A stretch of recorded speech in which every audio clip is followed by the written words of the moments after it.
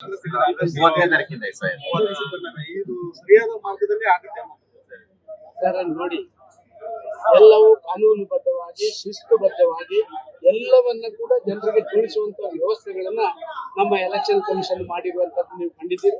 ಆ ದೃಷ್ಟಿಯಲ್ಲಿ ಅತ್ಯಂತ ಪಾರದರ್ಶಕವಾದಂತಹ ಒಂದು ವ್ಯವಸ್ಥೆಗಳು SIR ನಲ್ಲಿ ನಡೆದಿದೆ. ಸರ್, ಅಡ್ಡ ಮತದಾನ ಆದ್ಮೇಲೆ ಬಿಜೆಪಿಯಲ್ಲಿ ನಾಯಕತ್ವ ಬದಲಾವಣೆ ವಿಚಾರಗಳು ಮುನ್ನೆಲೆಗೆ ಬರ್ತಿದೆ ಸರ್. ಏನು ನವೆಂಬರ್ ನಲ್ಲಿ ಏನೋ ಬದಲಾವಣೆ ಆಗುತ್ತಂತಲ್ಲ ಸರ್? ಗೊತ್ತಿಲ್ಲ, ಹೈಕಮಾಂಡ್ ಗೊತ್ತು, ನಮ್ಗೇನು ಗೊತ್ತಿಲ್ಲ. ಹೈಕಮಾಂಡ್ ಏನಾದ್ರು ಗೊತ್ತಿಲ್ಲ. ಈಗ ನೀವು ಹೇಳಿಯೇ ಗೊತ್ತು ಆ ಶಬ್ದಗಳು. ಯಾರು ಜವಾಬ್ದಾರಿ ತಗೊಂಡಿಲ್ಲ ಅಡ್ಡ ಮತದಾನ ಆದ್ರೂ ಕೂಡ ಅಂತ ನೋಡಿ, ಇಮಿಡಿಯೇಟ್ ಆಗಿ ಇಬ್ಬರನ್ನ ದೆಹಲಿಗೆ ತರಿಸುವಂತದ್ದು, ಅವ್ರ ಜೊತೆ ಮಾತಾಡುವಂತದ್ದು ಮಾಡಿದ್ದಾರೆ.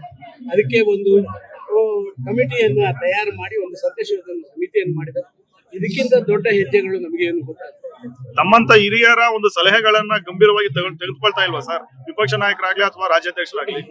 ಹಿರಿಯರಾದ ತಕ್ಷಣ ಎಲ್ಲಾ ಕಡೆ ತಲೆ ಹಾಕಿ ಎಲ್ಲಾ ಕಡೆ ನಾನು ಹಿರಿಯ ಅಂತ ಹೇಳಿ ಆ ಶಬ್ದದಿಂದಲೇ ಮತ್ತಷ್ಟು ಗೊಂದಲ ಹುಟ್ಟು ಹಾಕುವಂತದ್ದು ಅದು ಒಳ್ಳೆ ಸಂಪ್ರದಾಯ ಅಲ್ಲ. ಇವತ್ತು ಕೆಂಪೇಗೌಡರ ಜಯಂತಿ ಹೆಸರಿನಲ್ಲಿ ಕೂಡ ರಾಜಕಾರಣ ಮಾಡುವಂತ ಸಾಕಷ್ಟು ಜನಗಳಿದ್ದಾರೆ. ಸಾಕಷ್ಟು ಜನಗಳು ಕೆಂಪೇಗೌಡರ ಆ ಹೆಸರಿನಲ್ಲೇ ತಾವು ರಾಜಕಾರಣ ಮಾಡಿದ್ದೇವೆ ಅಂತ ಹೇಳುವಂತದ್ದು ನಾವು ನೋಡಿದ್ದೇವೆ. ಯಾವುದೋ ಸೈಕಲ್ ನಲ್ಲಿ ಹೋಗ್ತಾ ಇದ್ದವರು, ಯಾವುದೋ ಸಣ್ಣ ಪುಟ್ಟ ಒಂದು ಫ್ಯಾಕ್ಟರಿಯಲ್ಲಿ ಅಟೆಂಡರ್ ಆಗಿದ್ದವರು ಇವತ್ತು ರಾಜರುಗಳಾಗಿ ಮೆರೆಯುವಂತ ವ್ಯವಸ್ಥೆ ಕೆಂಪೇಗೌಡರ ಹೆಸರನ್ನ ಮಾಡಿಕೊಳ್ಳುವಂತ ಪರಿಸ್ಥಿತಿಗಳು ಈ ರಾಜ್ಯದಲ್ಲಿ ಆಗಿದೆ. ಪಕ್ಷದೊಳಗೆ ಕಾಂಪಿಟೇಷನ್ ಇರುತ್ತೆ. ಕೆಂಪೇಗೌಡರ ಜಯಂತಿ ಮಾಡೋದು, ಕೆಂಪೇಗೌಡರ ಜಯಂತಿ ಮಾಡೋದು.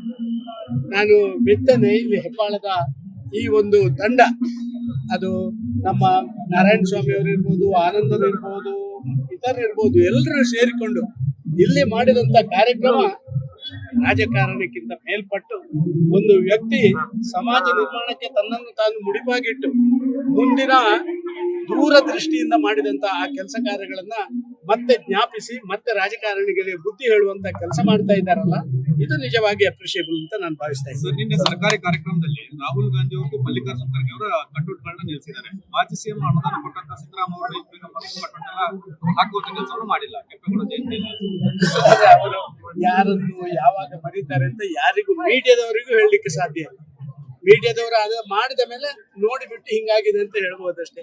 ಒಂದು ರೀತಿಯಲ್ಲಿ ಆ ವ್ಯಕ್ತಿಗತ ಪೈಪೋಟಿಗಳು ಉಂಟಲ್ಲ, ಸಾಮಾಜಿಕ ಅಧಪತನಕ್ಕೆ ನಾಂದಿ ಹಾಕುವಂತ ಕೆಲಸ ಅಂತ ನಾನು ತಿಳ್ಕೊಳ್ತೇನೆ. ನ್ಯೂಸ್ ಫಸ್ಟ್, ನಿರ್ಭೀತಿಯಿಂದ ನಿಮ್ಮ ಪರವಾಗಿ.